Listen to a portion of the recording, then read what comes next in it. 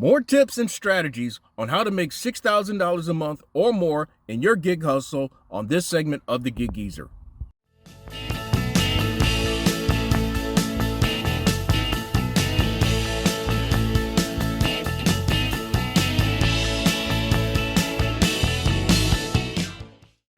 You know what? Mornings is not my time of the day. It's never really been my time of the day. But I will myself to get out here to do what I have to do. In fact, today being Memorial Day, May 30, 2022, I got up early to go into the northwest part of the Columbia area to check on my mailbox, see if there was any money in the mailbox. There wasn't. And now you're joining me in my where my office is. In fact, as you can see here, that's my door to my office. There we go. Something like that. There it is. There's the door. The nameplate, I never paid for a nameplate on the office. But if you see here,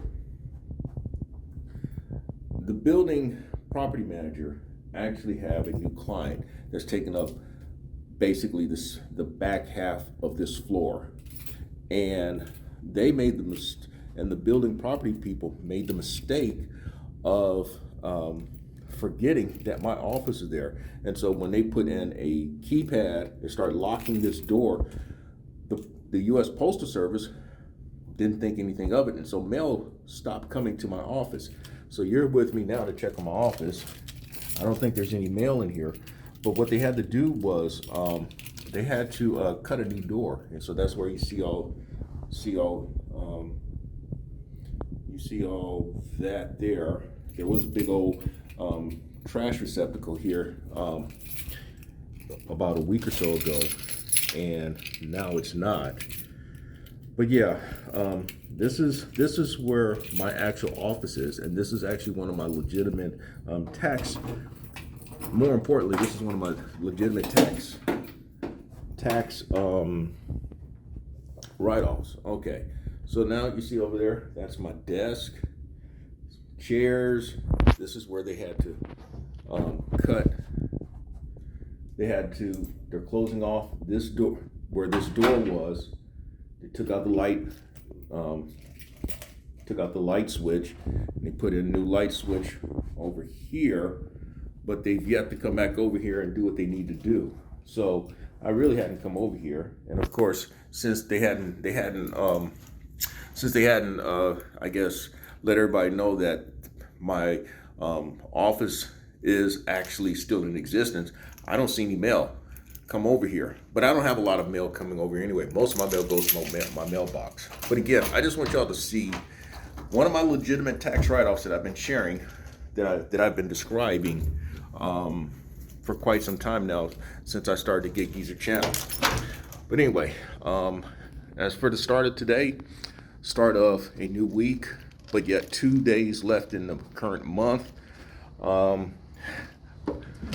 As I always say, I don't know what to expect. I don't know what to expect when I start each day. I just try to do what I can, do as best as I can, and try to be as smart as I can, and try to make the best decisions that I can each day that I come out here. I don't believe that there's because of the way the market is now, I don't believe that some of the things that were discussed a year ago, maybe even 6 months ago, maybe even 2 years ago, they don't apply now. And that's what I find to be true.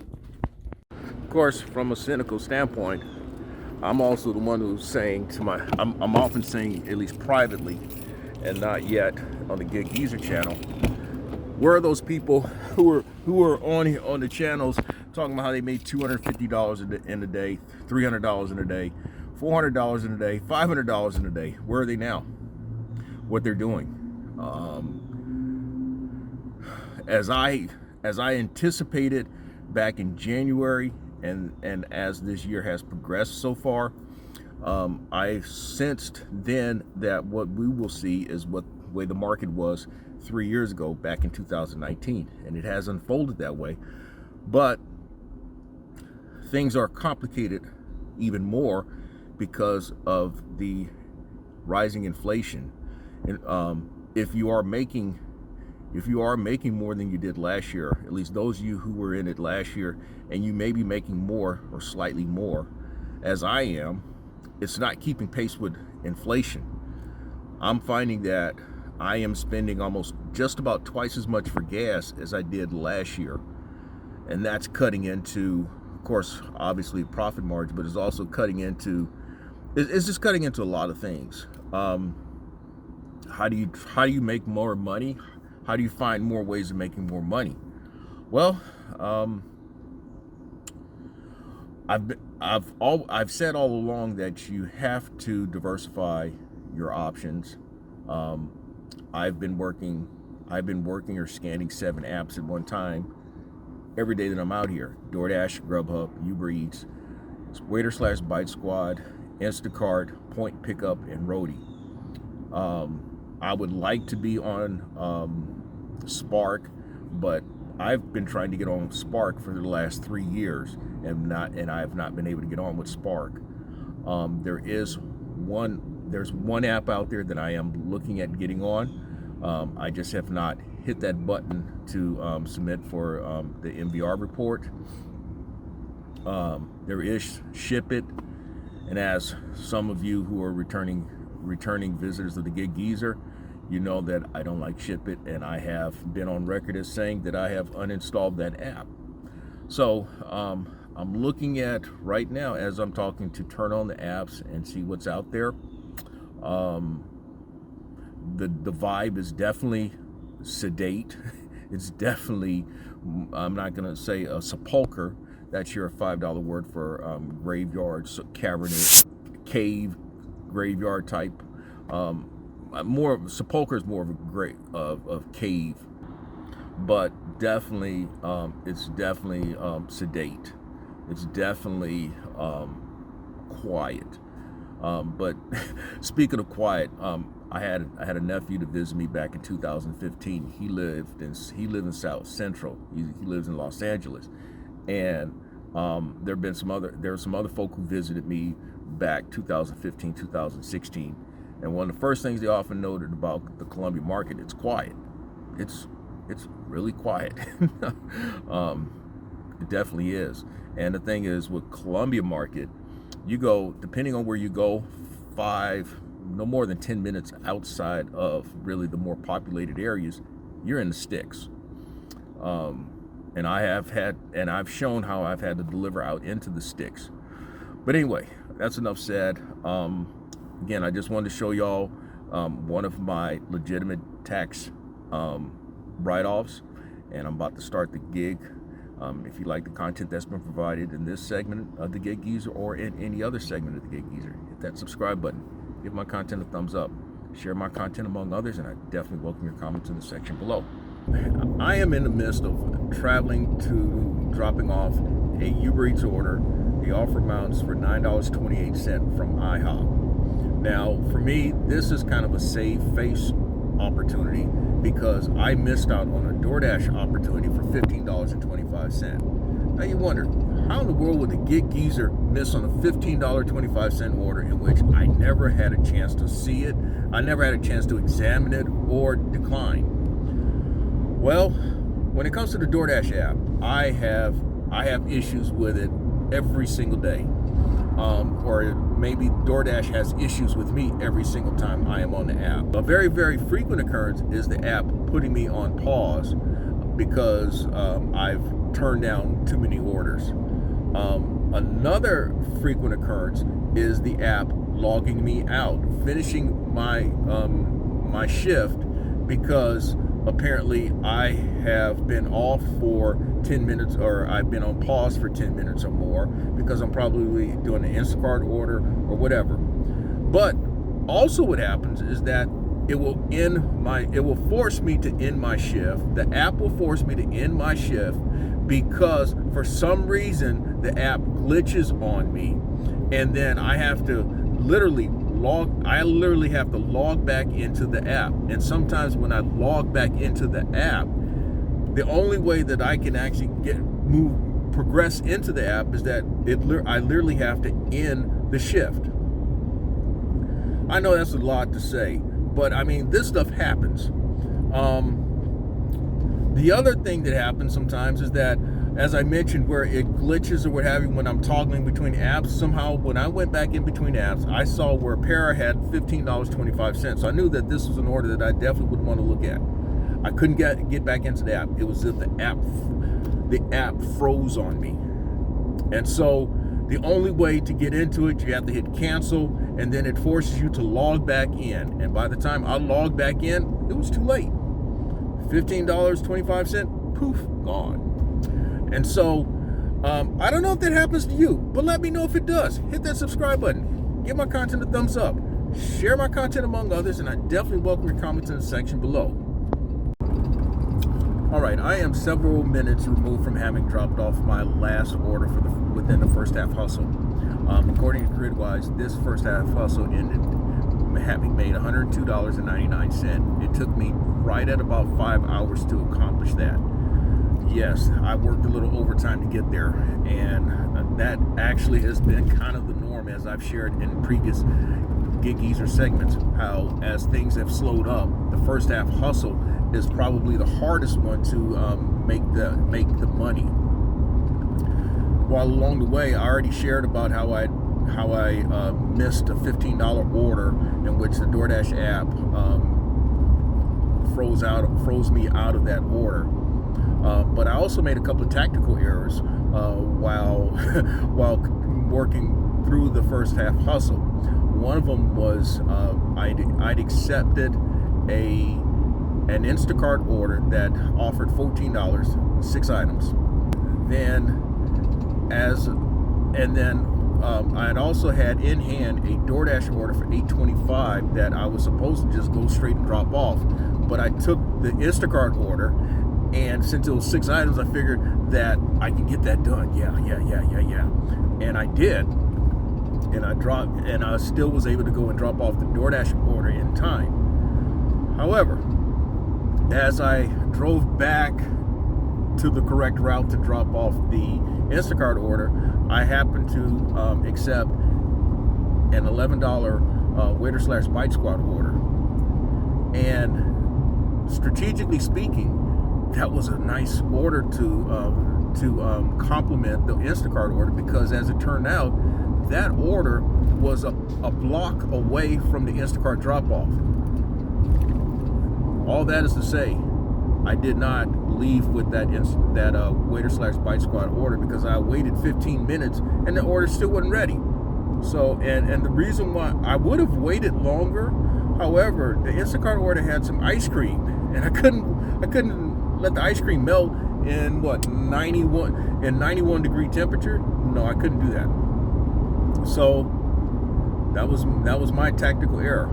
The second near tactical error was I had accepted a $14.24 point pickup order at a Walmart that was literally right down the street from the Instacart drop-off.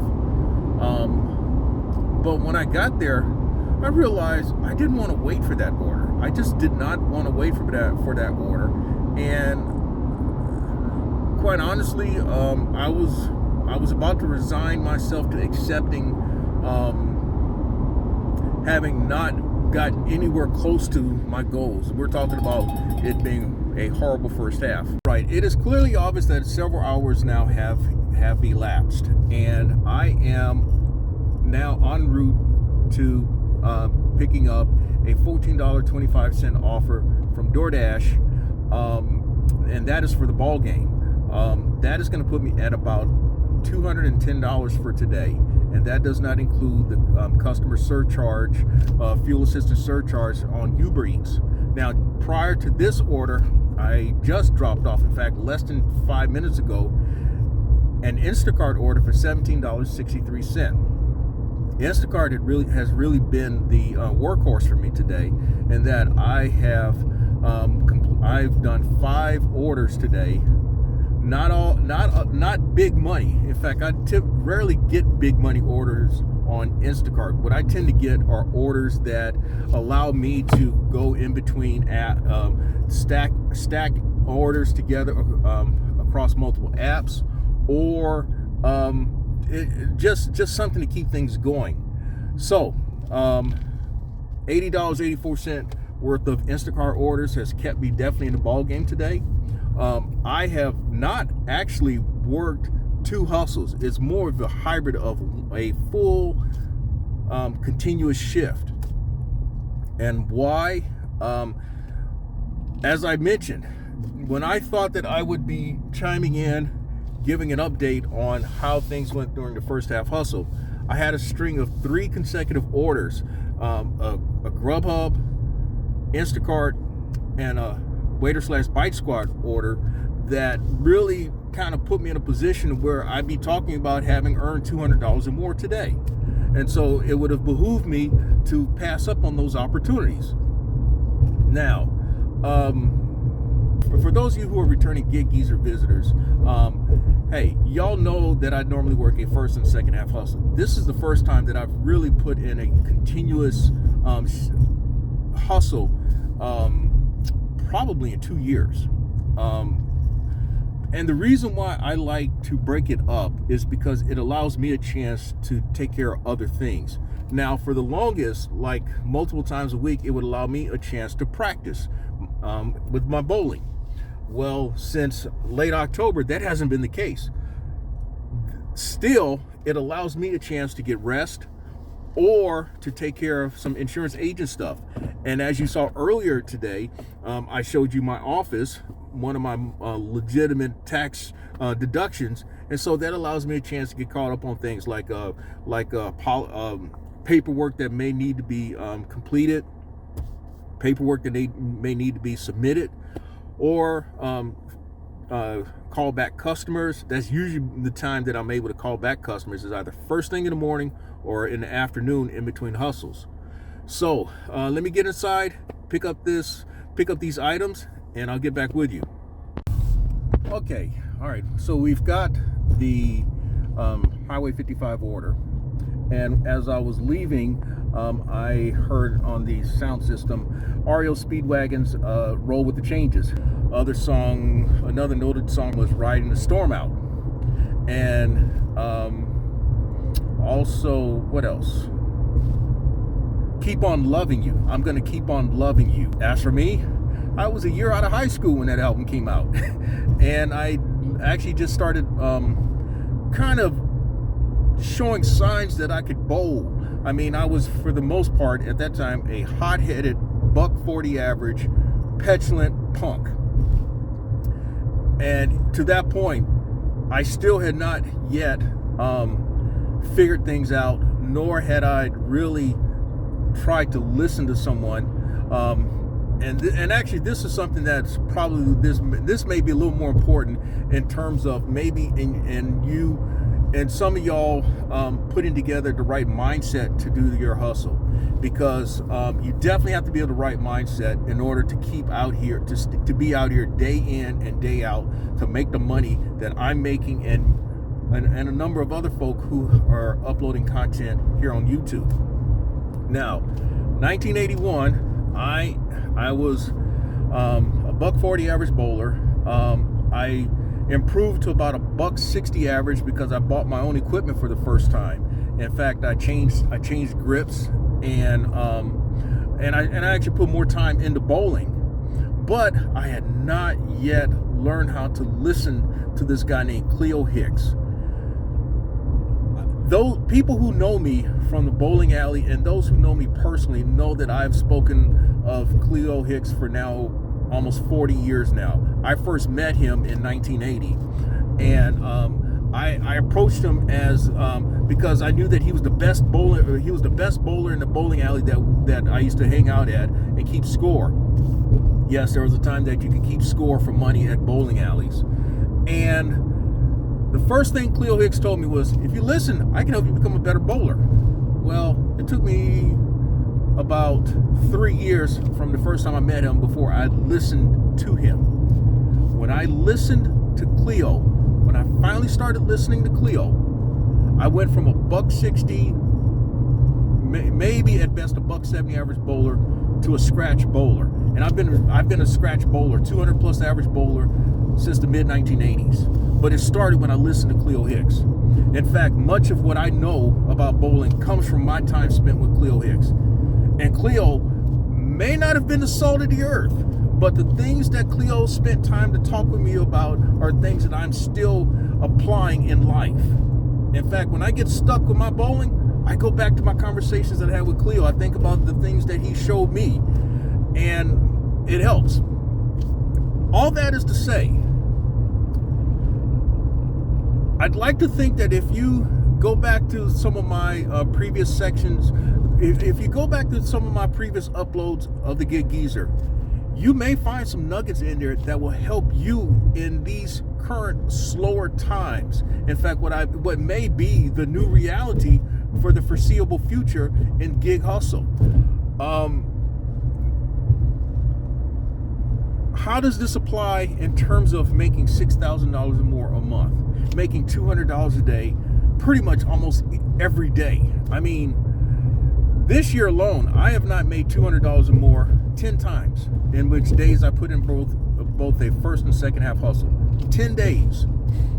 And in the past 3 months, 3 days I've gone without making $200 or more, in which I have put in both the first and second half hustle. So now I have shared nuggets in previous segments of the Gig Geezer. I don't know if I'm sharing anything new in this particular segment, but what I have noticed is that as times have gotten slower, a couple of things still there's a couple of things that still resonate with me. The first one is that you must have some kind of a strategy in going out there every day. You just can't go out there happy, jappy, slappy and think that you're just going to make $200. No, I shared previously that you have to have an expectation, okay? You also have to have a business person's mindset, but then you have to have a strategy, some kind of strategy. That strategy is also going to be, as I've often said, your process. I've often shared many a time, sticking to your process. Well, your strategy, your process, part of your process is your strategy, how you're going to go about doing things. That strategy may vary from day to day. In fact, it may deviate, it may vary as you're going out there doing your daily hustle. But the strategy is somewhat of a framework of how you're going to go about doing things. Okay? The next thing is that you got to have patience. You've got to have patience. In fact, patience and discipline go hand in hand. You have to have patience and you have to have the discipline in order to keep coming out here as you do during these slower times, but also having the patience and discipline to wait on the order opportunities, or having the patience and discipline to think through things while you're out here to put yourself in the best position possible to make the money that you make, or as you see the money that I have made.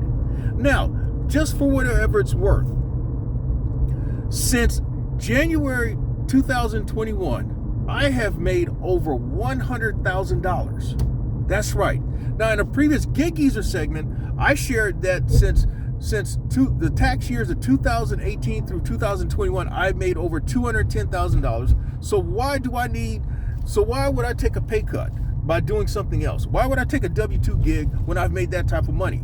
But yes, specifically now, since January 2021, I have made over $100,000. In fact, we're talking about somewhere around 101, just over $101,000. That's nothing to play with. I have averaged right at just under $6,000 a month during that time. So, who would you rather listen to? Would you rather listen to someone talking about making $4,000 a month?